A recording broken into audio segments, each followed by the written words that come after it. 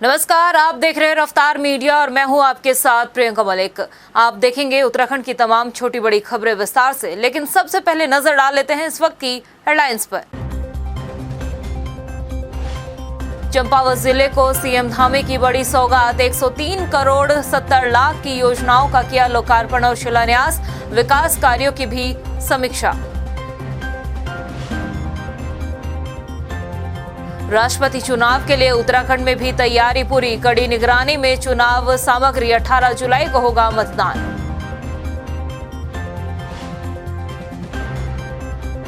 हरक सिंह रावत के लोकसभा चुनाव लड़ने के ऐलान से गरमाई सियासत, हरदा के गढ़ में हरक ने ढूंढा नया ठिकाना, सवाल किस करवट बैठेगी राजनीति।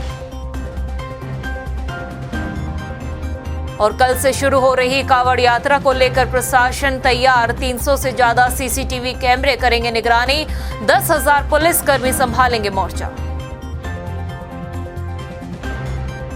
और हेडलाइंस के बाद बुलेटिन में खबरें विस्तार से। मुख्यमंत्री पुष्कर सिंह धामी बुधवार को चंपावत दौरे पर रहे, जहां उन्होंने जिले को सौगात देते हुए करीब 103 करोड़ 70 लाख की योजनाओं का लोकार्पण और शिलान्यास किया।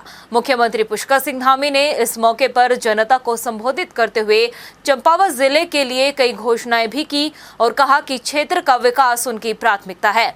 इसके साथ ही सीएम धामी ने विकास योजनाओं की समीक्षा करते हुए जिले के अधिकारियों को जरूरी दिशा निर्देश भी दिए हैं। जनपद चंपावत के लिए नाबार्ड फंड में जो हॉर्टिकल्चर डेवलपमेंट की योजना है वो आगे बढ़ाई जाएगी, उसको किया जाएगा। मुडियानी में चौरुटिया की दर्ज पर हॉर्टिकल्चर फार्म बनाया जाएगा, उद्यान फार्म बनाया जाएगा मुडियानी में। चंपावत में एक एडवेंचर पार्क बनाया जाएगा, जिससे कि यहाँ पर अधिक से अधिक हमारे पर्यटक इस तरफ आए। चंपावत में शूटिंग रेंज भी बनाई जाएगी। जिलाधिकारी जल्दी इसकी भूमि तलाश कर इसके लिए आवश्यक कार्रवाई करेंगे। जनपद में लाइब्रेरी हेतु जहां भी बनेगी, जो मेरी पहली विधायक निधि होगी उसमें से 10 लाख रुपए उस लाइब्रेरी के लिए लगाए जाएंगे। उत्तराखंड में अधिकारियों और जनता के बीच अब दूरी नहीं होगी। मुख्यमंत्री पुष्कर सिंह धामी ने सचिवालय में सोमवार को नो मीटिंग डे घोषित कर अधिकारियों को रिमाइंड करा दिया है कि जनता की दिक्कतें सर्वोपरि है। सीएम के रिमाइंड कराने के बाद अब अधिकारी सोमवार को जनता की समस्याएं सुनेंगे और कोई और मीटिंग नहीं करेंगे। मुख्यमंत्री पुष्कर सिंह धामी के इस फैसले की सराहना भी खूब हो रही है। ये रिपोर्ट। अपने कामों को लेकर उत्तराखंड की आम जनता को अब सचिवालय के चक्कर नहीं काटने पड़ेंगे। इसके लिए मुख्यमंत्री पुष्कर सिंह धामी ने जनता की समस्याओं को सुनने के लिए अधिकारियों को एक बार फिर रिमाइंड किया है कि सोमवार के दिन जनता की दिक्कतों को सुनने के अलावा कोई मीटिंग नहीं होगी। सोमवार को नो मीटिंग डे घोषित कर इस दिन को लोगों के लिए तय कर दिया गया है। खास बात यह है कि केवल सचिवालय में एंट्री पहचान पत्र के आधार पर हो जाएगी, जिसके लिए किसी पास की जरूरत भी आम जनता को सचिवालय में एंट्री के लिए सोमवार को नहीं होगी। यानी अब अधिकारियों की जिम्मेदारी भी बढ़ गई है कि वो सोमवार को केवल जनता की समस्याएं सुने और कोई मीटिंग नहीं करेंगे। मुख्यमंत्री पुष्कर सिंह धामी के इस फैसले की कैबिनेट मंत्री जमकर सराहना कर रहे हैं। हमारे मुख्यमंत्री जी ने कहा है कि भाई सोमवार को सभी अधिकारी जो है पब्लिक की जो है बात सुने, उनके कामों को करें, क्योंकि कोई पिथौरागढ़ से आ रहा है, कोई जो है चंपावत से आता है, कोई पौड़ी से आता है, कोई चमोली से आता है। और सचिवालय में जब अधिकारी कहते हैं कि हम मीटिंग में हैं तो आदमी फिर निराश होकर लौट जाता है।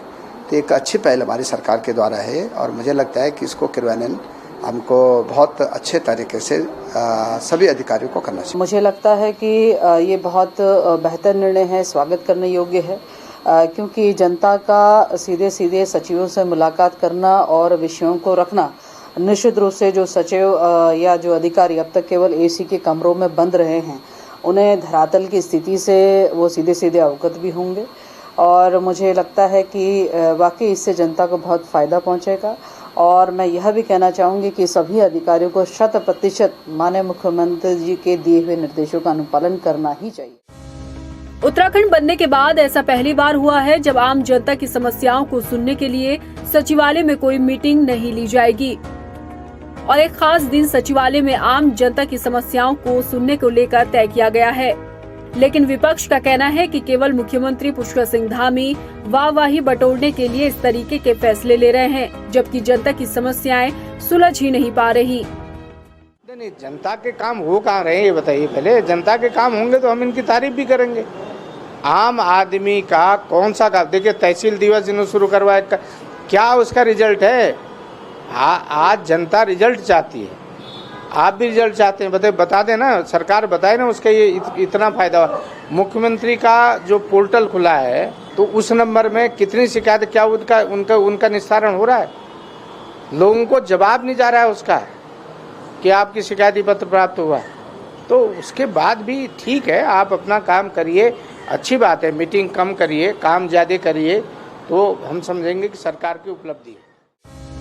मुख्यमंत्री पुष्कर सिंह धामी की कोशिश है कि आम जनता की जो समस्याएं सचिवालय स्तर पर अधिकारियों के जरिए सुलझनी हैं, उनका समाधान आम जनता खुद सचिवालय में सचिवों से मुलाकात कर सके। ऐसे में देखना होगा कि आखिरकार जो फैसला मुख्यमंत्री पुष्कर सिंह धामी ने लिया है वो किस तरीके से आगे चलकर कारगर साबित होगा। रफ्तार मीडिया के लिए देहरादून से मनीष डंगवाल की रिपोर्ट। उत्तराखंड कांग्रेस की राजनीति में इन दिनों चर्चाओं से माहौल गरमाया हुआ है और उसकी वजह है हरक सिंह रावत के बयान, जिससे न सिर्फ सियासी गलियारों में हरक सिंह रावत को लेकर चर्चाएं चल रही है, बल्कि पार्टी की टूट-फूट की सुर्खियां भी तेजी से तैर रही है। हरक और प्रीतम की बढ़ती जुगलबंदी के बीच अब हरक सिंह रावत ने अपने 2024 के लोकसभा चुनाव लड़ने का भी ऐलान खुलकर कर दिया है। देखिए रिपोर्ट। उत्तराखंड कांग्रेस में एक बार फिर से गुटबाजी का दौर शुरू हो चुका है। हर कोई जानता है कि कांग्रेस दो गुटों में बटी हुई है। चुनाव का वक्त जैसे ही नजदीक आने लगता है, वैसे ही ये दोनों गुट एक दूसरे की काट करने का काम शुरू कर देते हैं। प्रीतम गुट ने अभी से लोकसभा चुनाव का राग छेड़ दिया है और वो भी हरदा के ठिकाने पर। जी हाँ, इस राग की शुरुआत तो देहरादून से हुई, लेकिन अब ठिकाना हरिद्वार और निशाना हरीश रावत है। दरअसल सोमवार को देहरादून में हरक सिंह रावत के आवास पर कांग्रेसी नेताओं का अचानक जमावड़ा लगता है। हरक विपक्ष को कमजोर बताते हैं तो लोकसभा चुनाव लड़ने की इच्छा भी जाहिर करते हैं और इन सभी बयानबाजी के बाद शुरू होता है सियासी गलियारों में चर्चाओं का दौर।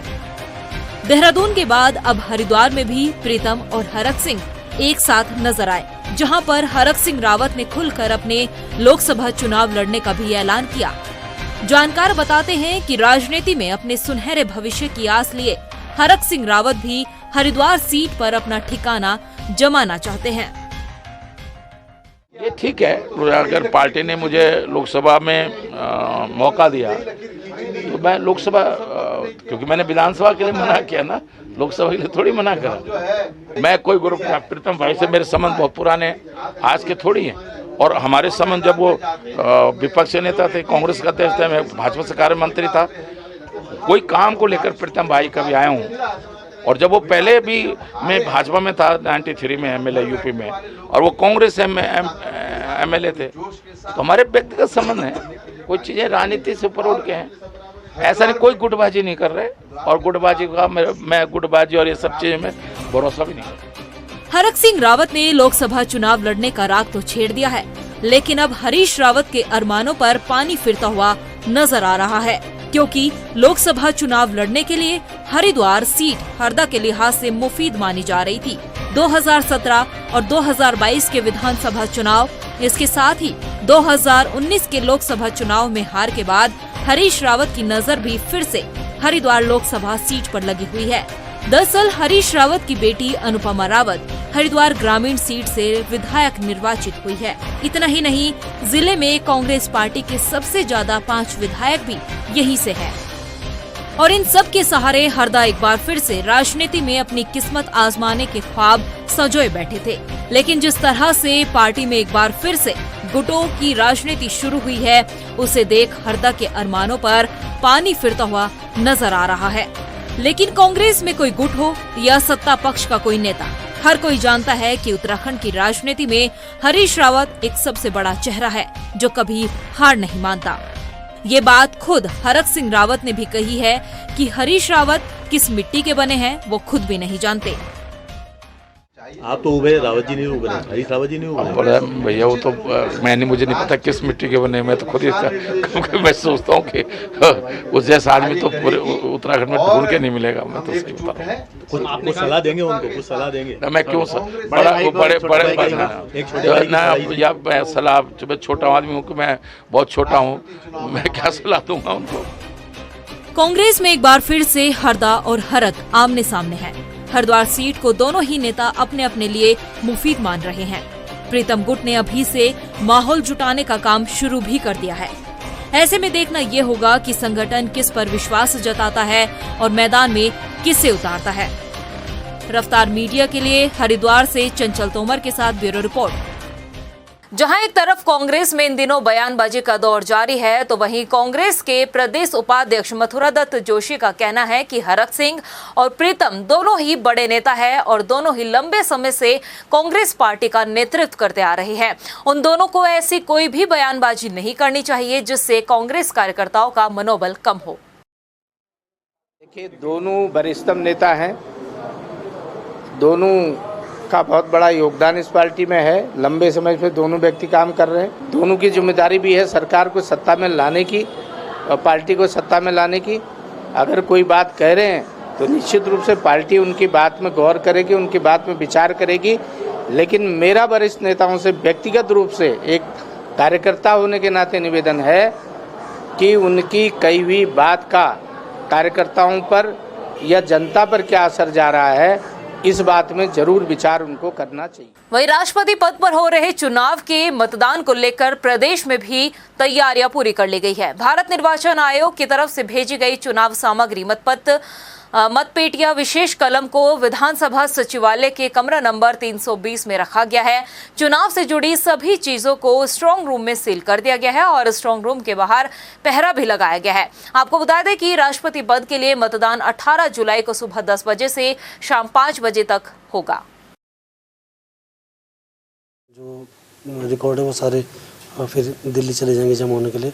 कल इलेक्शन कमीशन ने राष्ट्रपति इलेक्शन के लिए बैलेट बॉक्स, बैलेट पेपर और भी बहुत सारी स्टेशनरी और मटेरियल जो इससे रिलेटेड हैं, जैसे स्पेशल पेन वगैरह हो गए बैलेट पेपर को मार्क करने के लिए, वो सब दिए हैं। उसको बाई एयर स्पेशल सिक्योरिटी में कल दिल्ली से लाया गया और शाम को जॉलीग्रांट एयरपोर्ट पे पहुंचने के बाद 7:30 बजे के लगभग वहाँ से फिर पूरी एस्कॉर्ट और पूरी सुरक्षा व्यवस्था के साथ ये सभी सामग्री इंक्लूडिंग बैलेट बॉक्स विधानसभा सचिवालय के जो सेकंड फ्लोर में रूम नंबर 320 में स्ट्रांग रूम बना है, वहाँ पर सुरक्षित रख लिया गया और स्ट्रांग रूम को द्वितालक में सील कर लिया गया। वहीं हरिद्वार जिले में पंचायती चुनाव को लेकर निर्वाचन आयोग अपनी तैयारियों में जुट गया है। निर्वाचन आयुक्त चंद्रशेखर भट्ट ने बताया कि पंचायती चुनाव को लेकर तैयारियां की जा रही है। चुनाव की वोटर लिस्ट लगभग तैयार हो चुकी है। वहीं हरिद्वार में पंचायती चुनाव देरी से होने पर कांग्रेस ने सवाल उठाए हैं। इसके साथ ही कांग्रेस के एक प्रतिनिधि मंडल ने राज्य निर्वाचन आयुक्त से भी मुलाकात कर ज्ञापन भी सौंपा है। तो सरकार ने आनंद फान में चुनाव करना चाहती है, क्योंकि सरकार नहीं चाहती कि चुनाव हो, क्योंकि जो आरक्षण पहले जो परिसीमन हुआ वो बहुत गलत हुआ। अब जो आरक्षण बहुत से गांव ऐसे जिस गांव में एक भी मान लो कोई एससी का गांव हो, 100% एससी वो पिछड़ी जाति में कर दी। जब उसको पिछड़ी जाति का रहता नहीं तो फायदा क्या हुआ। और हमारे रवि बहादुर जी सभी साथी आज अपने आपत्ति दर्ज करने के लिए कि जो हमारे आरक्षण हुआ वो गलत हुआ, हम उसकी विरोध करते हैं, इसलिए हम यहाँ पर। ये कांग्रेस प्रतिनिधिमंडल जो मुझसे मिलने आया था, इनने हरिद्वार 83 पंचायत चुनाव में आरक्षण को लेके जो आपत्ति दर्ज की है कि आरक्षण ज़्यादा हो गया है। तो मैंने इनको बताया कि जो है क्योंकि आरक्षण का काम शासन का है, इसलिए ये जो ज्ञापन है वो शासन को भेज दिया जाएगा, उचित कार्रवाई होती है। कल यानी कि 14 जुलाई से शुरू हो रही कांवड़ यात्रा में यात्रियों की सुविधा के लिए उत्तराखंड पुलिस ने रजिस्ट्रेशन लिंक जारी कर दिया है। कांवड़ यात्रा में 10,000 पुलिस कर्मियों की तैनाती की गई है। इसके साथ ही 300 से ज्यादा सीसीटीवी कैमरे भी यात्रा मार्गों पर लगाए गए हैं। पुलिस ड्रोन कैमरे की मदद से भी हर गतिविधि पर नजर रखेगी। डीजीपी अशोक कुमार ने बताया कि आम जनता से उन्होंने ये अपील की है कि 26 तारीख तक तक हरिद्वार रुड़की वाले रास्तों से आवागमन ना करें, बल्कि मेरठ, बिजनौर, कोटद्वार या फिर विकास नगर देवबंद होते हुए जाए। इसके साथ ही पूरे कावड़ यात्रा के दौरान किसी पर संदिग्ध गतिविधि और हथियार लेकर जाने वाले लोगों पर भी प्रतिबंध रहेगा और उनके खिलाफ सख्त कार्रवाई करने की भी बात कही है। देखिए, हमारी अपनी ओर से बहुत ज़बरदस्त व्यवस्था है। हमारे 300 से ज़्यादा सीसीटीवी कैमरे हरिद्वार क्षेत्र में लगे हैं और 100 से ज़्यादा ऋषिकेश और नीलकंठ क्षेत्र में लगे। 400 प्लस सीसीटीवी कैमराज हैं।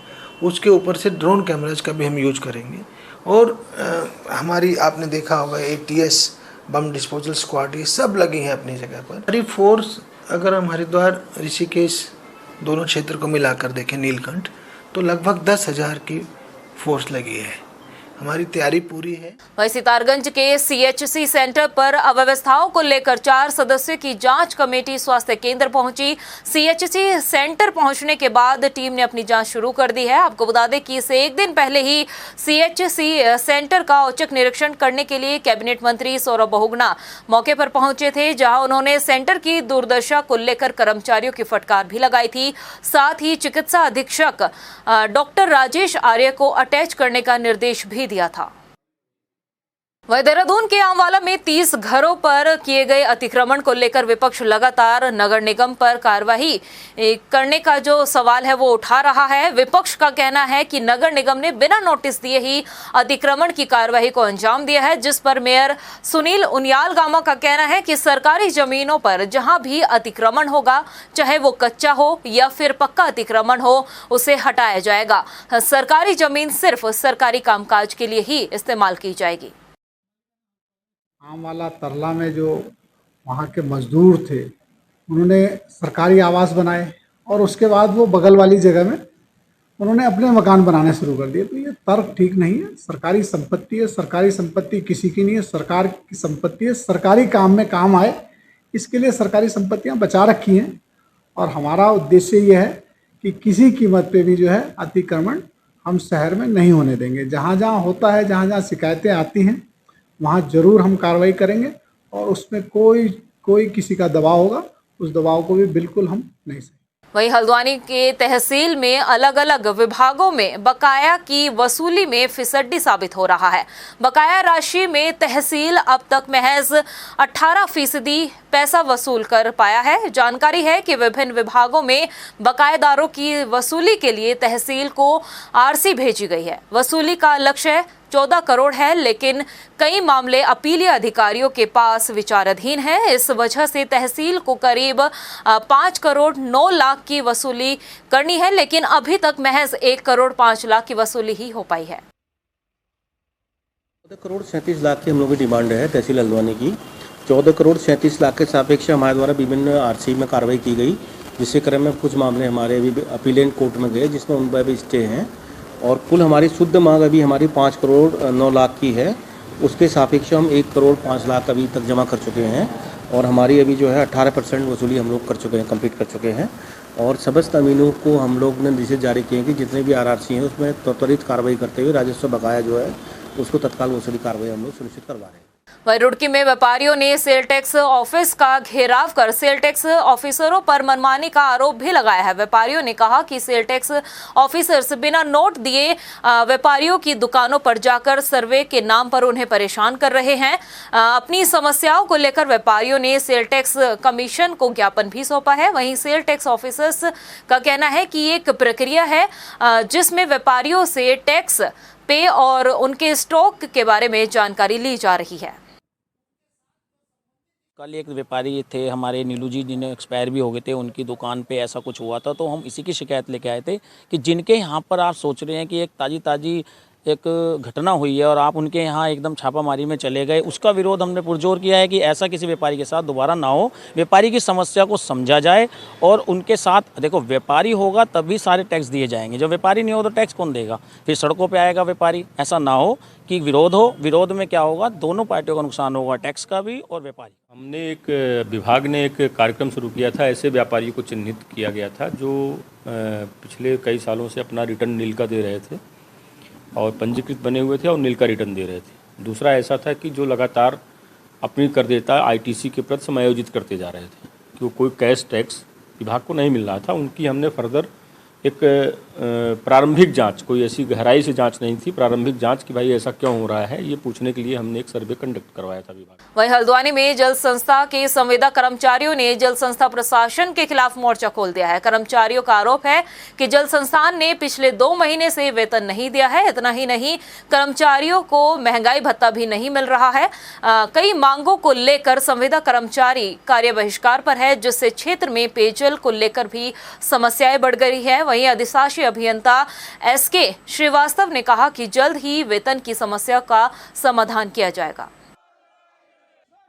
हमारा 2 महीने से एक तो वेतन नहीं दिया गया है और सर हमारा 15 महीने से महंगाई भत्ता नहीं दिया गया है। और सर हमारा एक जो 2021 में 17 था 2021 में एक समझौता हुआ था, उसका अभी तक 7-8 महीने हो गए, अभी तक पालन नहीं किया गया है। जबकि हमारा एक्शन साहब से इतनी बार वार्ता हो गई है, हम मौखिक कितनी बार मिल चुके हैं, जबकि समझौता हुआ था कि 15 तारीख हर महीने आपको देंगे। पिछले साल भी हमने धरना लगाया था इसी टाइम पे। सर हमें अभी तो हम सर कार्य बहिष्कार नहीं है, केवल 60-70 आदमी को काम भी चलाना है, लेकिन अगर ज़्यादा लंबा खींचेगा तो इसका कार्य बहिष्कार भी करेंगे। ये इनको पिछले 2 महीने का हम तनख्वाह नहीं दे पाए क्योंकि हमें मुख्यालय से धनराशि प्राप्त नहीं हुई है, लेकिन हमारी बात हो रही है ऊपर, तो हम डाइवर्जन करके कहीं पैसा दे रहे हैं इनको अभी, और आज ही शायद हम इनको पेमेंट कर देंगे। ये जो टेंडर हुआ था ये कॉन्ट्रैक्ट लेबर का, ये करीब आज से 5-6 साल पहले हुआ था, और उसके बाद अभी हम लोग एक बार फिर से टेंडर निकालने की बात कर रहे हैं। लेकिन जो इनको महंगाई भत्ता जो हर 6 महीने में जो इनका DA होता है वो हम इनको दे देते हैं, ऐसा कोई इशू नहीं है, बस उसका हमें परमिशन चाहिए होती है, उसके लिए हमें हेड ऑफिस से पैसा अलॉट होता है। वहीं देहरादून के थाना रायपुर क्षेत्र में 2 बच्चियां बारिश के दौरान सड़क पार रपटे में बह गई। घटना की सूचना मिलते ही मौके पर पहुंची SDRF की टीम ने रेस्क्यू कर एक बच्ची का शव बरामद कर लिया है और खबर मिलने तक SDRF की टीम दूसरी बच्ची की तलाश में जुटी हुई थी। उधर उधम सिंह नगर के जाफरपुर में हल्की बारिश के बाद से ही क्षेत्र में जल भराव की समस्या आ खड़ी हुई है। लोगों के घर और दुकानों में भी पानी घुस गया है, जिसकी वजह से दुकानदारों का कारोबार भी ठप हो गया है। जल निकासी के लिए लोग जनप्रतिनिधि और अधिकारियों से अपनी समस्या के समाधान की गुहार लगा चुके हैं, लेकिन अभी तक कोई समाधान नहीं हुआ है। क्या समाधान ये 4 साल से हो ही नहीं रहा है। यहाँ का कॉलोनी वासी, मार्केट के लोग बहुत प्रभावित है इस नाले से, ताकि ये नाला जो है नेशनल हाईवे वालों के अंडर में आता है, और आज जो नुकसान जनमाल का हो रहा है इसका संपूर्ण जिम्मेदारी है नेशनल हाईवे वालों का है। नेशनल हाईवे वाले जब तक इस स्थायी रूप से इस नाले का निर्माण नहीं करता है तब तक ये व्यवस्था ऐसी बनी रहेगी। मानसून भी आने वाला है और बाढ़ की कुछ क्षेत्र हैं जो बाढ़ से ग्रसित हो जाते हैं, तो पूरे जनपद में हमारी बाढ़ चौकियां कार्य कर रही हैं, और उसके अलावा जो आश्रय स्थल हैं वो चिन्हित हो गए हैं और वो तैयार हो गए हैं, और साथ साथ जो हमारे नदियां हैं या लो लाइंग एरियाज हैं उनमें पानी निकासी की भी अल्टरनेट व्यवस्था हम लोग कर रहे हैं। वहीं टिहरी NH 58 पर एक गाड़ी सड़क हादसे का शिकार हो गई। बताया जा रहा है कि कार कोडियाला के पास दुर्घटनाग्रस्त होकर नदी में जा गिरी। घटना की जानकारी मिलने के बाद SDRF की टीम ने सर्च और रेस्क्यू अभियान चलाया। मौके से टीम को आधार कार्ड, मोबाइल फोन बरामद हुआ है, जिसके आधार पर पता चला है कि गाड़ी में 4 लोग सवार थे। सभी उत्तर प्रदेश के रहने वाले बताए गए हैं। इसके साथ ही ये भी बताया गया है कि केदारनाथ धाम के दर्शन करने के लिए श्रद्धालु दर्शन कर वापस लौट रहे थे। वहीं मंगलौर में हरिद्वार NH 58 पर तेज रफ्तार कार सड़क किनारे खड़े ट्रक से जा टकराई। इस हादसे में एक राहगीर और 2 कार सवार लोगों की मौके पर ही मौत हो गई। पुलिस ने बताया कि 2 लोगों की मौके पर ही मौत हुई है, जबकि एक शख्स अस्पताल ले जाते समय उसने अपना दम तोड़ा है। राहगीर मंगलौर का ही है और कार सवार मेरठ के रहने वाले हैं। आज सुबह करीब 6:15 साढ़े 6 बजे की बात है। मंगलौर थाना क्षेत्र अंतर्गत कस्बे के पास जो एक अनियंत्रित कार जो हरिद्वार की तरफ से आ रही थी, तेज़ी से आ रही थी, उसके द्वारा जो है एक रोड किनारे ट्रक पर टक्कर लग गई, जिसकी वजह से जो है राह में चलते हुए एक व्यक्ति और कार सवार 2 व्यक्तियों की मृत्यु हो गई है। 2 व्यक्तियों के शव सिविल अस्पताल रुड़की में रखे हैं, जिनके पंचायतनामे की कार्रवाई की जा रही है, और एक व्यक्ति जो मेरठ के रहने वाले थे उनकी दौरान उपचार ले जाने हेतु रास्ते में एक्सपायर हो गए, जिनकी बॉडी के पता करके आवश्यक कार्रवाई की जाए। प्रदेश की खबरों में इतना ही, फिर हाजिर होंगे कुछ खास खबरों के साथ। तब तक के लिए मुझे दे इजाजत। नमस्कार। चंपावत जिले को सीएम धामी की बड़ी सौगात, 103 करोड़ 70 लाख की योजनाओं का किया लोकार्पण और शिलान्यास, विकास कार्यों की भी समीक्षा। राष्ट्रपति चुनाव के लिए उत्तराखंड में भी तैयारी पूरी, कड़ी निगरानी में चुनाव सामग्री, 18 जुलाई को होगा मतदान।